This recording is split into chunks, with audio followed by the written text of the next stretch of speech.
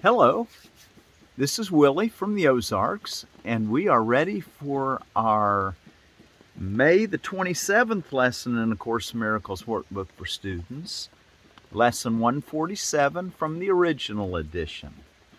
My mind holds only what I think with God. My mind holds only what I think with God. I will not value what is valueless. I will not value what is valueless. Let me perceive forgiveness as it is. Let me perceive forgiveness as it is. And that's review for lesson 133 and 134, which were, I will not value what is valueless, and let me perceive forgiveness as it is. Thank you all. I'm so glad that you're joining me out here today on this rainy May 27th day, and I hope we're developing the habit of choosing with God, of thinking with God. My mind holds only what I think with God, and we're trying to let the Holy Spirit lead us so that we don't value what is valueless. I will not value what is valueless. And we want to learn to perceive forgiveness as it is. Let me perceive forgiveness as it is. And that was lesson 134. Let's just go back and look at 134 just for a moment. And look at that first paragraph. In lesson 134, let us review the meaning of forgive, for it is apt to be distorted and to be perceived as something that entails an unfair sacrifice of righteous wrath, a gift unjustified and undeserved, and a complete denial of the truth. In such a view, forgiveness must be seen as mere eccentric folly, and this course appeared to rest salvation on a whim. This twisted view of what forgiveness means is easily corrected when you can accept the fact that pardon is not asked for what is true. It must be limited to what is false. It is irrelevant to everything except illusions. Truth is God's creation, and to pardon this is meaningless. All truth belongs to Him, reflects His laws, and radiates His love. Does this need pardon? How can you forgive the sinless and the eternally benign? The major difficulty that you find in genuine forgiveness on your part is that you still believe you must forgive the truth and not illusions. Okay, so I just wanted to kind of, that is such a unique and a unique idea for so many of us. We thought that someone had really sinned against us, and now we're starting to see that sin's not even real. And that is what forgiveness is, to recognize that only God's creation is real. And we're going to value that and only that, as our mind holds only what I think with God. All right, so that's why these tie together so well today. Every day, my mind holds only what I think with God. And what does our mind hold that we think with God? I will not value what is valueless. We're not going to value things that are not real. Sin, guilt, hell. And we're also going to remind ourselves that we want to see forgiveness as it is. We're not going to look at it as a real thing that we're forgiving. We're going to realize that we're only letting go of an illusion. We're going to stop valuing what is not valuable. That's what forgiveness does. So allow the Holy Spirit to teach you with the feeling of peace. That's how you'll know you're following the Holy Spirit. It'll be easy to smile. It'll be easy to be happy. You'll be contented. You'll be at peace. And you'll know by that you're following the Holy Spirit's guidance and not your ego. Okay, let's go take a look. We'll come back and look at that one last time before we leave our devotional today. But let's go back and take a look in our text reading, and let's learn how we can truly develop this new habit of listening to the Holy Spirit for guidance. And we stopped in paragraph 34. Let's pick up in 33. If sin is real, it would forever be beyond the hope of healing. Okay, so we'll start there. We're in chapter 19, by the way, Beyond the Body. And we're in section, what is this section? Section 4, The Unreality of Sin. Okay, and I told you a couple days ago, jcim.org, and it should have been jcim.net and acim.org. So, ACIM, that's two places where you can go and find the Course in Miracles, to read it and study it there if you don't have a book. If you have a book, well then use your book. I mean, however you want to do it.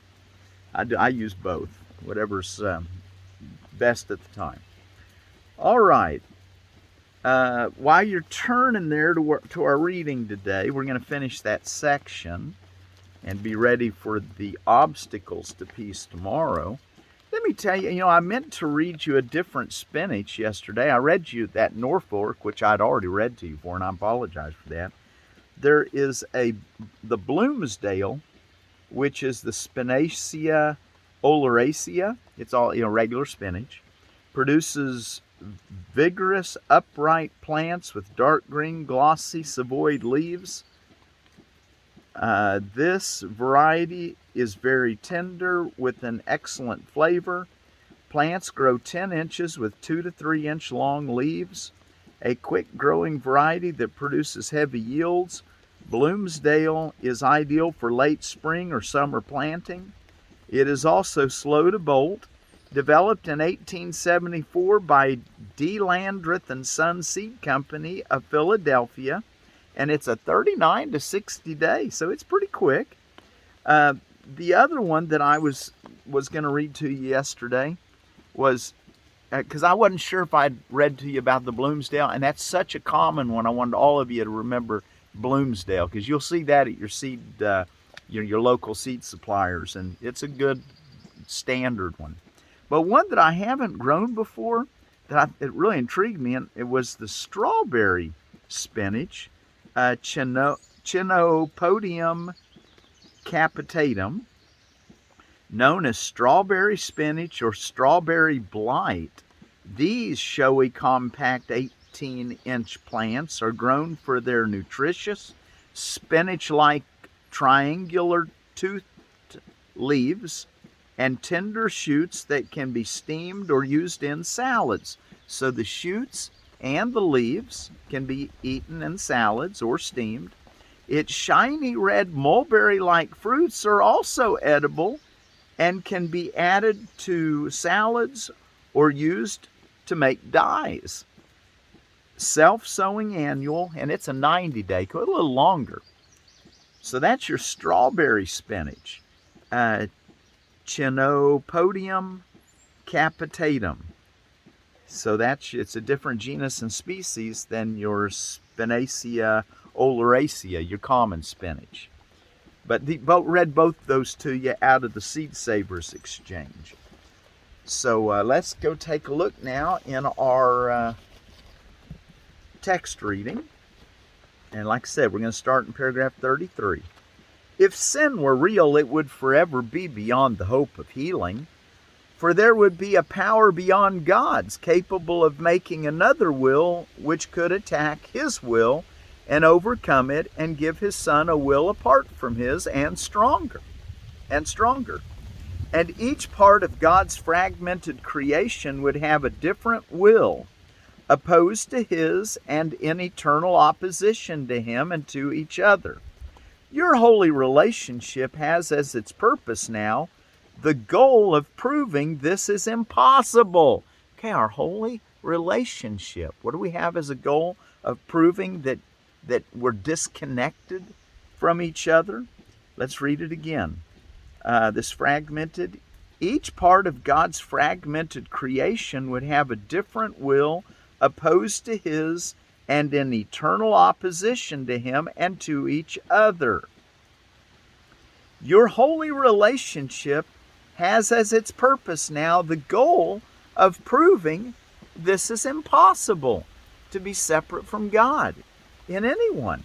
Heaven has smiled upon it, your special relationship, which is being turned into a holy relationship. Heaven has smiled upon it, and the belief in sin has been uprooted in its smile of love. You see it still because you do not realize that its foundation has gone. Its source has been removed, and so it can be cherished but a little while before it vanishes. Only the habit of looking for it still remains. And like I said, we're breaking that habit by the use of our lesson. What's our lesson today? My mind holds only what I think with God. I will not value what is valueless. Let me perceive forgiveness as it is. So as we do those, in the morning, our longer period, and in the evening, our little longer period, and then throughout the day, every hour, we're bringing that thought to our mind. My goodness, that's changing our habits. That's causing us to think with God. Okay.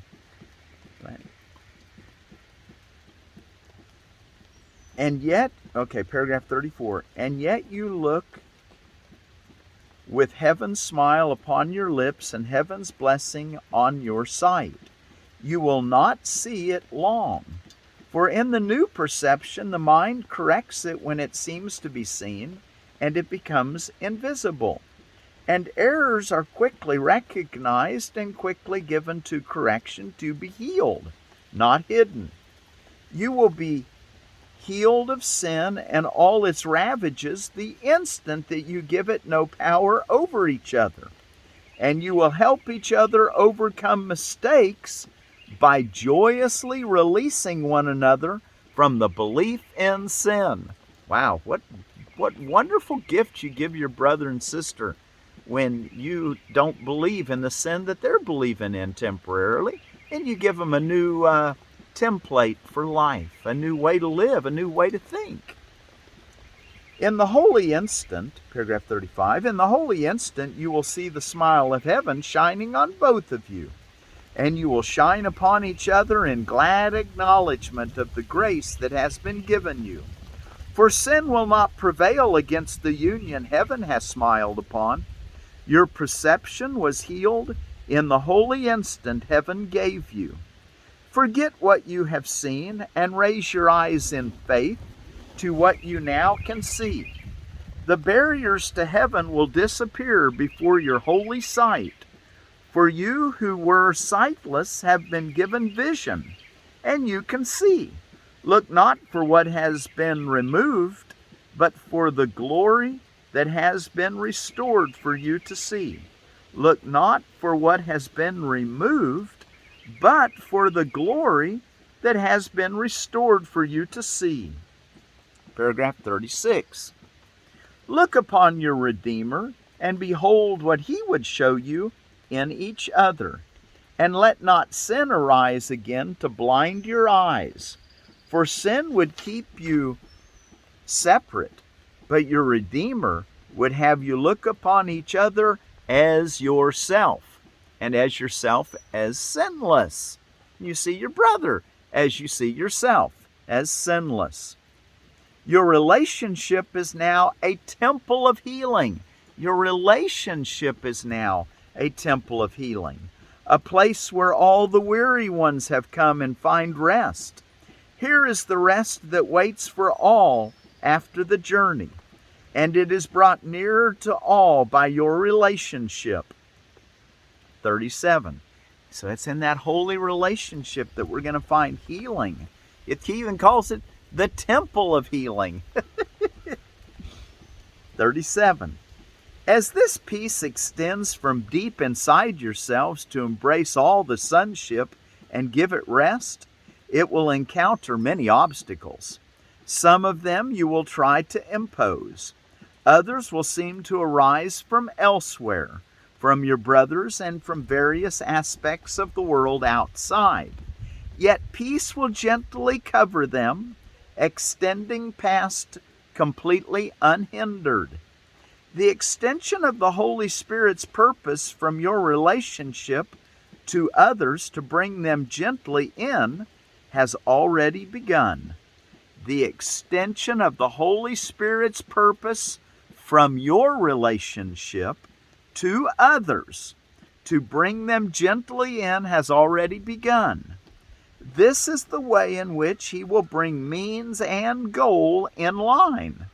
The peace he laid deep within both of you will quietly extend to every aspect of your lives, surrounding both of you with glowing happiness and the calm awareness of complete protection.